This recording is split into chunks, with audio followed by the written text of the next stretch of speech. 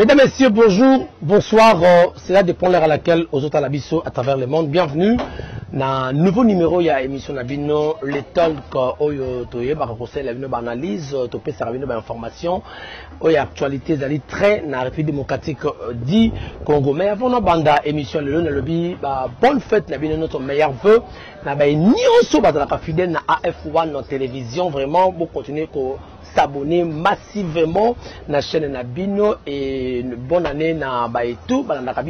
Alors je vous rappelle que tu as déjà le 28 décembre 2020 et le 28 décembre c'est les 362e jour de l'année. Oh, il nous reste seulement 3 jours pour que nous puissions dire au revoir 2020 et bienvenue 2021.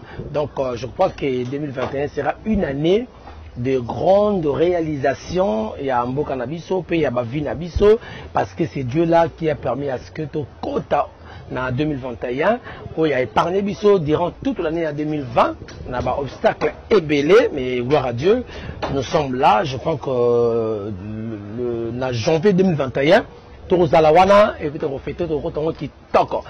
Voilà, analyse de biso dans l'émission Allélo et exclusivement basée sur la rencontre triangulaire et salami entre le président de la République Félix Antoine Tshisekedi de Tshilombo, Jean-Pierre Bemba Gombo, président national, il y a Mouvement de libération pour le Congo, MLC, et na président, il y a Ensemble pour la République, Moïse Katumbi Tchapoué, Oyowapi Bakutanaki, na président de la République, dans la soirée à samedi, 26 décembre 2020. Et puis, raconte on a accompagné un peu les sous dans le président intérimaire, il y a UDPS Jean-Marc Kabound, bien que la presse présidentielle vraiment révélé une image macacité, mais il était à côté, il y a Monamboka Félix Antoine Tshisekedi de Tshilombo. Alors, qu'est-ce qu'ils se sont dit? Pourquoi ils sont venus? Alors on saura, je crois, après cet élément au Tososenga, de Kodiji Atilabisobo Landa, et puis Tokutani, juste après, pour faire un petit commentaire, une petite analyse par rapport à Nyosoyo et les Kaki Namokolo, il y a samedi dans la soirée Tolanda. Décidément, ils sont déterminés à regarder dans la même direction pour l'intérêt supérieur de la nation. Le président du mouvement de libération du Congo, MLC, et celui d'Ensemble pour la République sont venus rencontrer ce samedi dans la soirée les présidents de la République, Félix Antoine Tshisekedi Tshilombo, en présence du président AI de l'UDPS, Jean-Marc Kabound. Le président, bonjour, ça va bien? Bonjour. Ça va, mon frère? Ça va bien. Un message, je vous prie. Jean-Pierre Bemba Gombo et Moïse Katumbi Tchapoué ont échangé longuement avec les chefs de l'État pendant plus de 3 heures en toute convivialité. Si rien n'a filtré de cette triumvirale, on croit savoir que le président de la République et ses invités n'ont pas manqué d'évoquer les grandes questions politiques de l'heure, notamment la reconfiguration du paysage politique. Jean-Pierre Bemba et Moïse Katumbi étaient parmi les premières personnalités politiques à soutenir les consultations présidentielles par leur participation. Ils étaient aussi les tout premiers à s'exprimer publiquement en faveur de l'union sacrée pour la nation après les discours historiques des ruptures du 14 décembre dernier devant le Congrès. Leur appartenance à l'union sacrée ne fait l'ombre d'aucun doute et il reste à savoir quel rôle chacun de ces leaders va devoir jouer dans les nouveaux paysages. Venus de leurs fiefs respectifs de l'Équateur et du Katanga, Jean-Pierre Bemba et Moïse Katumbi totalisent à eux seuls près d'une centaine de députés nationaux, tout aussi déterminés à jouer un rôle non moins important dans la requalification de la majorité parlementaire. Les jours qui suivent, nous édifierons. Voilà, merci beaucoup. Vous avez compris. Donc, la rencontre a eu lieu.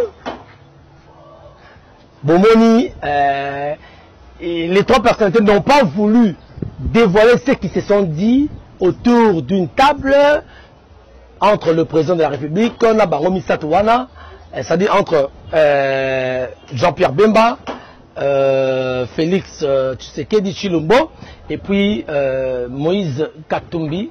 Qu'est-ce qu'ils se sont dit? Boy qu'on révélé en gros à niveau il y a presse. Donc je crois qu'il mais à notre niveau, Tokogi ko décortiquer, décrypter, moi, information wana, raconte wana oye salami. Bande Kobalandi, soyons concrets. Ils se sont dit dans Genève, Bakenaki Genève, 7 ténors. Mais parmi les 7 ténors, qu'on se les dise, il y avait 3 poids lourds. Au Bazalaki wana, il y avait Katumbi, il y avait Félix, il y avait Jean-Pierre Bemba. Les Martin Fayoulou, le Martin Fayoulou, Bazalaki va pouvoir léger. Mais ils se sont fait. C'est-à-dire, ils l'ont fait lourd à partir de la désignation. Mais au départ, leur Bakenaki et Genève, le 7, il y avait 3 lourds. Moïse Katumbi, Jean-Pierre Bemba et Félix Tshisekedi. Mais lorsqu'ils se sont dit les 7, Babito Pona, Motoyo Ako, représenté Bisso face Yandeko Kabila. Vous voyez, voilà, Kindai, na niveau triomphal, Bangotoraki, Bamelaki Mondo, Motako Trahi Moninga, Te, Baponaki Martin Fall. C'est là où ils l'ont fait un grand. Parce que de part, Fayoulou n'était pas un grand. Mais ce sont eux qui l'ont fait grand au hasard les loyaux. Alors ils sont allés. Mais après, bah, on va désister. Ils sont descendus à Genève, à Nairobi, c'est la Kenya. Ils ont créé le cash au Bayaki Awa. Mais bah, le reste, bah, les Jean-Pierre Bemba, les Katumbi, ils sont restés là-bas, dans la plateforme, hein, la Mouka na Bango. Au Bango, bah, le roi qui les deux. Les bailleurs. Alors, ils se sont dit que non, Félix a trahi Bango dans des camérés. Il a trahi Bango, il ne fallait pas, il fallait qu'on ça. Élection Salami, souvenez-vous. Maintenant, élection Wana et Salamaki, parce qu'on a rappelé le fait, l'histoire, lorsque Bazo Sala ma candidature, Bazo Pessa, mon amour Jean-Pierre Bemba, déjà disqualifié, avant que les Genève, pourquoi? Suite il y a subordination au qui na CPI au condamné qui est pour la subordination qui a été interprétée chez nous par une corruption et permettait que parce que la constitution dit moto azadja nini ya acte de corruption il n'est plus question à kende cause la candidat de la République déjà ça qui exclu mon amoka Moïse Katumbi Azaki peut exclure pour de raisons que à toucher qui souveraineté nationale à coopérer avec naba mercenaire au fala qui va déstabiliser Mboka. Déjà Azaki exclut moi à Sate et Romoni l'élection il y a 2018 le 30 décembre 2018 moi la Mboka selon Seni a publié provisoirement, Manamoka Félix Tshisekedi et la Cour constitutionnelle a confirmé Moka. Et le Kouana, et ce qui va y Mboka ya la Mouka, qui va Mona, et non Ndeko Félix, selon eux, n'a pas été élu par le peuple, il a été nommé par son prédécesseur Joseph Kabila. Ndemoni, combattit le lot de Martin Fayoulou à Kobundaka. Lorsque ce a Kobundaka Kombawana, et par après, Félix a vu que dans 2 ans, il ne pouvait plus à Salinini. À Sali, ce qu'on appelle à Sali, on va reculer pour mieux sauter. À Sali, consultation. D'abord, avant cela, on a rappelé qu'on a les on a fait. À Monique, à Salaboui, contredit. Dans le même émission précédente, que la coalition, c'était une coalition fragile. Dans le monde de l'émission, sur votre émission, le coalition fragile. Chaque parti va soumettre, va soumis na ba hiérarchie na bango. Mon konzambo kapesi ordre, à gauche, à hiérarchie avant à obéir na ordre mon konzambo ka Félix. C'était déjà un défaut. Et cela montrait déjà au départ. Il y a eu un mauvais signal au nom de la coalition communautaire. Heureusement, le président Félix a pris conscience à rompre avec la coalition jour Bomokaki. Avant cela, à Salagi déjà par déclaration à sursoir. Par conseil du ministre, de la ministre, de la ministre va travailler qui boudi. Donc, Kiboudi, tout est centralisé par le président de la République. Ça, mais il y a un camp à Pépé, mais conseil des ministres, ils ont cité par le président de la République, ils ont constitutionnel, ils ont soutenu. Déjà, il y a un signal mort déjà, et il a que les choses, ils ont déjà la nene, il y a Kabwana. Et à ça, il y a un juge. De l'autre côté, la coalition, on va obéir, il y a été. Président c'est l'équipe a été. Et Kandawana, il a jugé de rompre. Lorsqu'il a rompu, a dit constitution. Dans la constitution, il a appelé toutes les couches. Mais parmi Bato Bayaki, les ténors, il y a la Mouka. Parce que jusqu'au jour d'aujourd'hui, Bemba et Katumbi, personne n'a déclaré que nous avons quitté la Mouka. Tomoni, aucun communiqué officiel, il y a la plateforme la Mouka. Bemba a Longwe, Katumbi a Longwe. Jusque-là, on n'a pas encore vu ça. Il y a Baza, Ténor, il y a la Mouka. Bango Bayaki consultation. Quelques temps après, on a outil Gemena, on a outil Lubumbashi. Une chose curieuse, les deux personnalités, Bakiti, n'a même presque, car il y a heure. Une heure, je crois. Ouais, où tu es, en fait, jusque-là, je me réserve un peu. Est-ce que Baki Jet Moko, ça je ne sais pas, mais du moins Bakiti. Mais souvenez-vous, Moutoka Katumbi, Moutoka Bemba, avec une chose, ni trompette, ni tambour. C'est d'une manière discrète. Bakiti, l'aéroport, direction à Pi, Pays de la Nation. Dans la soirée, Baké Pays de la Nation, solo lieu pour solo là, il n'y avait pas de caméras là, mais mais voilà, il y a un problème au niveau de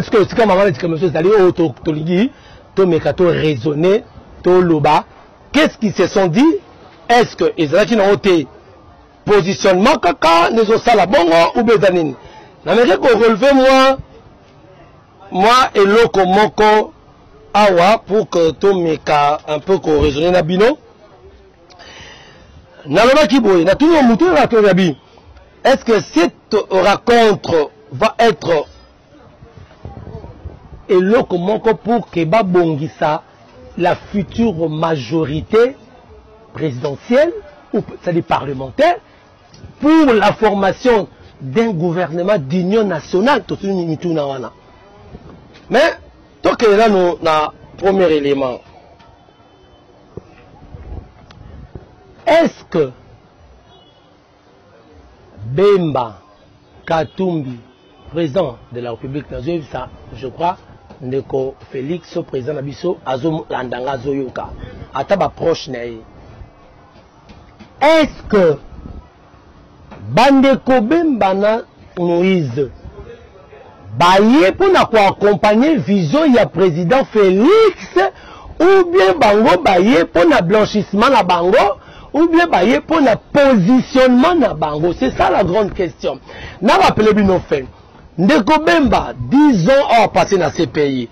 Mais Ndeko Bemba, il a été écarté dans la course de 2018 pour des raisons que Ndenge Azaline, la subordination, la corruption, ils ont permis d'être à la candidat. Ailleurs, comme on a à soutenir vision, il y a président de la République dans l'Union sacrée. Mais comme Moïse Katumbi, tantôt, il avait des problèmes où il permettait qu'il était écarté la course ou à côté qu'on zala élu sous thé, à côté qu'on postulait thé, mais il y a une vision, il y a président de la République de l'Union sacrée. Ce qui le lot, et ça dit que Basundi président de la République, n'est pas Yewana pour la Union sacrée, et que c'est bon. Parce que déjà démarche, il y a président Félix, et ça déjà, il y a pour écarter Ndeko Kabila, Nandela Naye. Déjà c'est bon. Azo Kende, petit à petit, déjà, Azo Tcha, les signaux sont déjà visibles. Azo écarter Ndeko Félix et Ndeko Kabila, Aza même quoi néantir ma colite partout. Donc je vous dis que le bateau était juste à Maï. Bateau il y a FCC et si et continue ils ont bougé. Déjà bangodo na ban matelo na banani ba matelo tout déjà bazan débandade déjà. Donc et parce que moi là yebela. Oui, dans ce point Ndeko Félix c'est bon. Mais Bandeko ils sont venus pour quelle idée?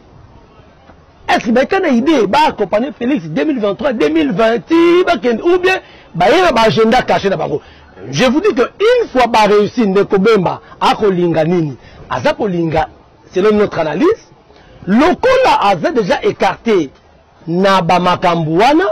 Il faut aluka dialogue avec Ndeko Félix. Pour Ndeko Félix, Ameka, que l'ongolaye ba sanction. Une fois l'ongoliye wana pour permettre à restructurer parti naye pour il n'y a rien parce que MSM qu'on se le dise, il n'y a plus rien. Et si ça va na combo. Ndeko président Kena Gemina Kuna a se ressourcé à Fanda a restructuré Ninaye. Alors, lorsqu'il n'y a pas de dialogue de façon que Ndeko Félix a longolé la ye babiloko wana pour écomer la ye bien. Ndeko Katumi peut également Azo Lingalini. Il faut approcher pour la seule personne où ya koki ko longola bango na état wana eza Félix. Une fois Félix a aidé bango à longoli bango na eloko wana. Alors, ils ont leurs agendas cachés. Chacun a un couteau derrière son dos. C'est ça le problème. Chacun d'eux a un couteau derrière le dos. Chacun a son agenda caché. Mais après la question, mais il y a un autre aspect qu'on peut relever dans la contre Oyo et Zalinini. Et ça, un aspect, il y a expérience. Souvenez-vous, tous la Mokena rappelé Bino. Les deux personnalités, ce sont de gros collaborateur, il y a Joseph Kabila. Personne ne peut me contredire dans le lobby. Jean-Pierre Bemba, en 2006, c'est lui qui avait gagné les élections. Boyebi a gagné les élections. Mais le 10 il y a quelque chose qui a mis à tête pouvoir, à quel personne de Kabila. Et puis, à quel bango, les bango boyebi. Et puis, et par après l'interview, Jean-Pierre Bemba disait quoi? J'ai accepté l'inacceptable. Cela veut dire quoi? C'est-à-dire, il a fait un deal. Ndeko Félix, la deal na Kabila. Il y a des gens qui ont déjà fait des deals na Kabila plusieurs fois. Jean-Pierre Bemba a fait un deal en 2006 avec Kabila. On a fait ce qui est pouvoir. Et Bemba, par après, quand il s'est rendu compte qu'il a commis une erreur, et il a dit dans une interview qu'il a accepté l'inacceptable. Ça veut dire quoi? Cela veut dire que, à ça qui dit Toye Ndeko Katumbi a fait des deals aussi avec Kabila. Parce que, diriger Naye. Et comme à un certain moment, il commençait à dire à Kabila, bon, t'es souvenu dans une chose, Katumba fait l'interview, cette fois-ci, il n'y aura plus troisième penalty. Bon, c'est souvenir. C'est-à-dire, à combien de côtés le Mélandeko Kabila? C'est-à-dire, parce qu'il a pas dit, il faut me c'est-à-dire, Basigna dit, le rôle à Kabila restera dit, voilà, non, moni, et comme tu es colobisaye, bongo, nanone, histoire de Zaki, Ndeko Moïse a fait exil. À qui exil, comme un passeport, et comme un carnet de Zambie, à la Kasumbalé, ça peut être Kota, à quantité. Ce qui s'est passé, ne peut le Bema qui est Azala, candidat, ma belle délégation. Alors, pour dire quoi? Les deux personnes, Bakoutanina Félix samedi, ce sont les deux personnes qui sont les grands collaborateurs, il y a Joseph Kabila, qui ont signé des deals. Alors, raconte Oyo dans un autre aspect, et que Ndeko Félix a béni deux personnalités, on a pas faire nini. À tout le monde, conseil, nini, il y a aussi n'a dit, voilà, pour ma PC, le nini a voulu contourner Ndeko Kabila pour agent à catch auto au balaki baba Kembes, voilà, on dit quoi? Catch. Quoi? Niembes, voilà. C'est-à-dire, Ndeko Félix agent à Niembes. Niembes, voilà. Niembes, il y a Ndeko Kabila. Parce qu'à faire venir deux personnalités, pour bango pe basignaka déjà ba deal na Ndeko wana a tout le bango conseil na sala nini ndenge nini pour le roi na boy de muto azaka ndenge nini asaka nini soko boye so steli boye ne bango ni bale ba ko pese maele voilà moni muto biso to ebiye tala boye soko ok na gauche éviter droite éviter boye éviter c'est ça qu'on peut interpréter dans un autre aspect. Il y a raconte wana c'est dire bango ba na expérience il y a deal na Kabila est-ce que le roi venu nous bébé na deal oyo aye bandenga ko salate il faut qu'on faire venir une expérience une expertise ya bandeko Katumbi na ndeko Jean-Pierre Bemba pour que ba pesaye ba conseil nini na ko contourner mwana mboka bon na bende mwana mboka parce que bolinga to benge mwana mboka te mais mwana mboka Joseph Kabila Kabange o azali le président honoraire ya République démocratique du Congo o azali le sénateur à vie o